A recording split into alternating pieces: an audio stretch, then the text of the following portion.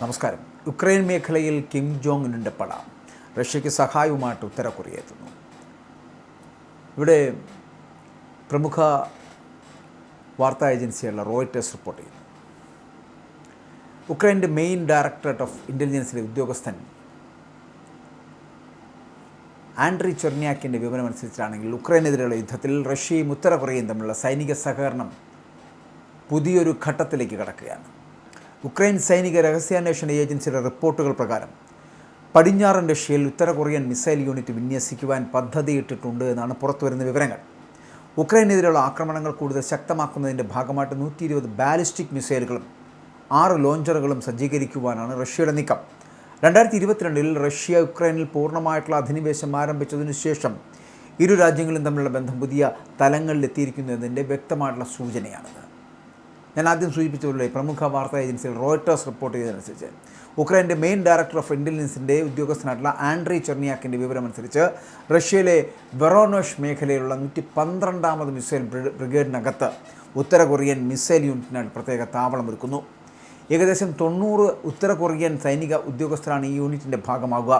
ഇവർ വെറും ഉപദേഷ്ടാക്കളായി മാത്രമല്ല, മിസൈൽ സംവിധാനങ്ങളുടെ പ്രവർത്തനത്തിലും പരിശീലനത്തിലും സാങ്കേതിക സഹായത്തിലും നേരിട്ട് പങ്കാളികളാകാൻ സാധ്യതയുള്ള സൈനികരാണ്. ഇതിനൊപ്പം തന്നെ ഉത്തര കൊറിയയിൽ നിന്ന് പുതിയ ബാലിസ്റ്റിക് മിസൈലുകളും റഷ്യയിലേക്ക് എത്തിക്കുവാനുള്ള നടപടികൾ പുരോഗമിക്കുന്നു. ഇവിടെ ഈ KN-23, KN-24 വിഭാഗത്തിൽപ്പെടുന്ന ഏകദേശം 40 മിസൈലുകളുടെ പുതിയ ബാച്ച് ഇതിനകം തന്നെ അയക്കുകയും ചെയ്തു. ഇതാണ് യുക്രൈൻ അവകാശപ്പെടുന്നത്. അടുത്ത മാസം നടക്കാനിരിക്കുന്ന ഉന്നതതല ചർച്ചകൾക്ക് ശേഷം ഈ വിന്യാസത്തിൻ്റെ അന്തിമ രൂപരേഖയും ആകെ മിസൈലുകളുടെ എണ്ണവും തീരുമാനിക്കുമെന്നുള്ള റിപ്പോർട്ടുകളടക്കം പുറത്തു വരുന്നു. ചില വിലയിരുത്തലുകൾ പ്രകാരം 120 വരെയുള്ള ബാലിസ്റ്റിക് മിസൈലുകളും 6 ലോഞ്ചറുകളുമാണ് ഈ പദ്ധതിയിലൂടെ ഭാഗമാകാൻ സാധ്യതയുള്ളത്. ഇനി റഷ്യ ഇതിനു മുമ്പും ഈ ഉത്തര കൊറിയൻ ബാലിസ്റ്റിക് മിസൈലുകൾ യുക്രൈനെതിരെ ഉപയോഗിച്ചിട്ടുണ്ട്. 2023 അവസാനത്തോടെ ആരംഭിച്ച ഈ സഹകരണം പിന്നീട് കൂടുതൽ ശക്തമായി. 2023 അവസാനം മുതൽ 2025 ഓഗസ്റ്റ് വരെ ഉത്തര കൊറിയ ഏകദേശം 150 ബാലിസ്റ്റിക് മിസൈലുകൾ റഷ്യയ്ക്ക് കൈമാറിയതായിട്ട് യുക്രൈൻ പറയുന്നുണ്ട്. അപ്പോൾ കഴിഞ്ഞ ആഴ്ച വീണ്ടും ഉത്തര കൊറിയൻ മിസൈലുകൾ ഉപയോഗിച്ചുള്ള ആക്രമണം നടന്നതായിട്ടും യുക്രൈൻ സ്ഥിരീകരിച്ചിട്ടുണ്ട്. അപ്പോൾ അതിനാൽ ആയുധ വിതരണം മാത്രമല്ല, ഇപ്പോൾ സൈനിക യൂണിറ്റുകളുടെ നേരിട്ടുള്ള വിന്യാസം വരെ ചർച്ചയാകുന്നത് ഈ ബന്ധത്തിൻ്റെ വ്യാപ്തി വ്യക്തമാക്കുന്നുവെന്നതാണ്. റഷ്യ എന്തുകൊണ്ടാണ് ഉത്തര കൊറിയൻ മിസൈലുകളെ കൂടുതൽ ആശ്രയിക്കുന്നത് എന്ന ചോദ്യത്തിനും വ്യക്തമായിട്ടുള്ള ഉത്തരമുണ്ട്.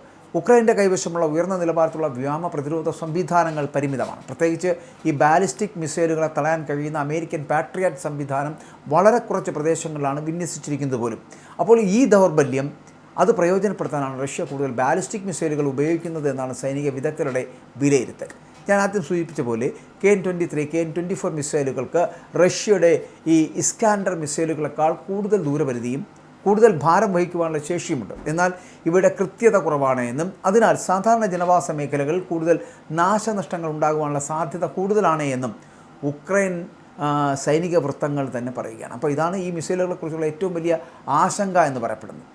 ഇത് ഫിലാഡൽഫിയ ആസ്ഥാനമായിട്ടുള്ള ഫോറിൻ പോളിസി റിസർച്ച് ഇൻസ്റ്റിറ്റ്യൂട്ടിലെ സീനിയർ ഫെലോ റോബ് ലീയുടെ അഭിപ്രായത്തിൽ യുക്രൈൻ്റെ ഏറ്റവും വലിയ ദൗർബല്യങ്ങളിലൊന്നാണ് ബാലിസ്റ്റിക് മിസൈൽ.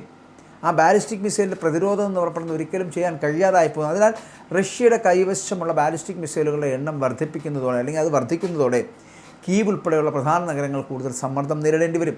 പ്രത്യേകിച്ച് ഈ ശൈത്യകാലത്ത് വൈദ്യുതി ഉൽപ്പാദന കേന്ദ്രങ്ങളും പവർ ഗ്രിഡുകളും വീണ്ടും ലക്ഷ്യമിടാൻ റഷ്യ ശ്രമിച്ചാൽ അതിൻ്റെ പ്രത്യാഘാതം എന്ന് പറയപ്പെടുന്നത് വളരെ ഗുരുതരമായിരിക്കും. അപ്പോൾ ഈ വിഷയത്തിൽ അമേരിക്കയ്ക്കും വിവരമുണ്ടായിരുന്നുവെന്നാണ് റോയിറ്റേഴ്സ് അടക്കമുള്ള മാധ്യമങ്ങൾ പുറത്തു വരുന്നത്. അപ്പോൾ ഇവിടെ ഇതുമായിട്ട് ബന്ധപ്പെട്ട് വരുന്ന വിഷയങ്ങളിൽ റഷ്യൻ പ്രതിരോധ മന്ത്രാലയവും ന്യൂയോർക്കിലെ ഉത്തര കൊറിയൻ ദൗത്യവും ഔദ്യോഗിക പ്രതികരണം നൽകിയിട്ടില്ല. അതിനാൽ ഈ റിപ്പോർട്ടുകളെക്കുറിച്ചുള്ള ഒരു അന്തിമ സ്ഥിരീകരണം സത്യത്തിൽ ഇതുവരെയും പുറത്തു വന്നിട്ടില്ല എങ്കിലും യുക്രൈൻ്റെ രഹസ്യാന്വേഷണ വിഭാഗം തങ്ങളുടെ വിലയിരുത്തൽ ഉറച്ചു നിൽക്കുകയും ചെയ്യുന്നു.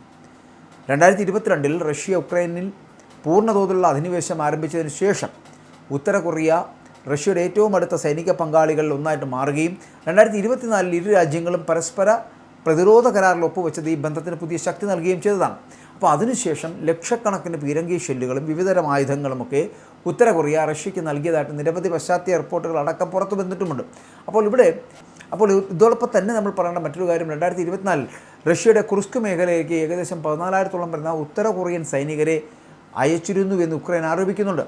ഇപ്പോൾ ഈ കുർസ്കിൽ ഏകദേശം 9,500 ഉത്തര കൊറിയൻ സൈനികർ തുടരുന്നതായിട്ടും ഇവർ നിലവിൽ നേരിട്ട് യുദ്ധത്തിൽ പങ്കെടുക്കുന്നില്ല എങ്കിലും ആവശ്യമെങ്കിൽ ഇവരെ വിന്യസിക്കാൻ കഴിയുന്ന നിലയിലാണ് എന്ന് ഉക്രൈൻ അവകാശപ്പെടുകയാണ്. അപ്പോൾ ഇതിനു പുറമെയാണ് ഏകദേശം 30,000-ഓളം വരുന്ന സൈനികരെ കൂടി റഷ്യയിലേക്ക് അയക്കാൻ ക്രെംലിൻ ആഗ്രഹിക്കുന്നുവെന്നും അതിനുള്ള തയ്യാറെടുപ്പുകൾ പുരോഗമിക്കുകയാണെന്നും പ്രസിഡന്റ് വ്ളാഡിമിർ സെലൻസ്കി തന്നെ അടുത്ത ദിവസങ്ങളിൽ പറയുകയും ചെയ്തിരുന്നു.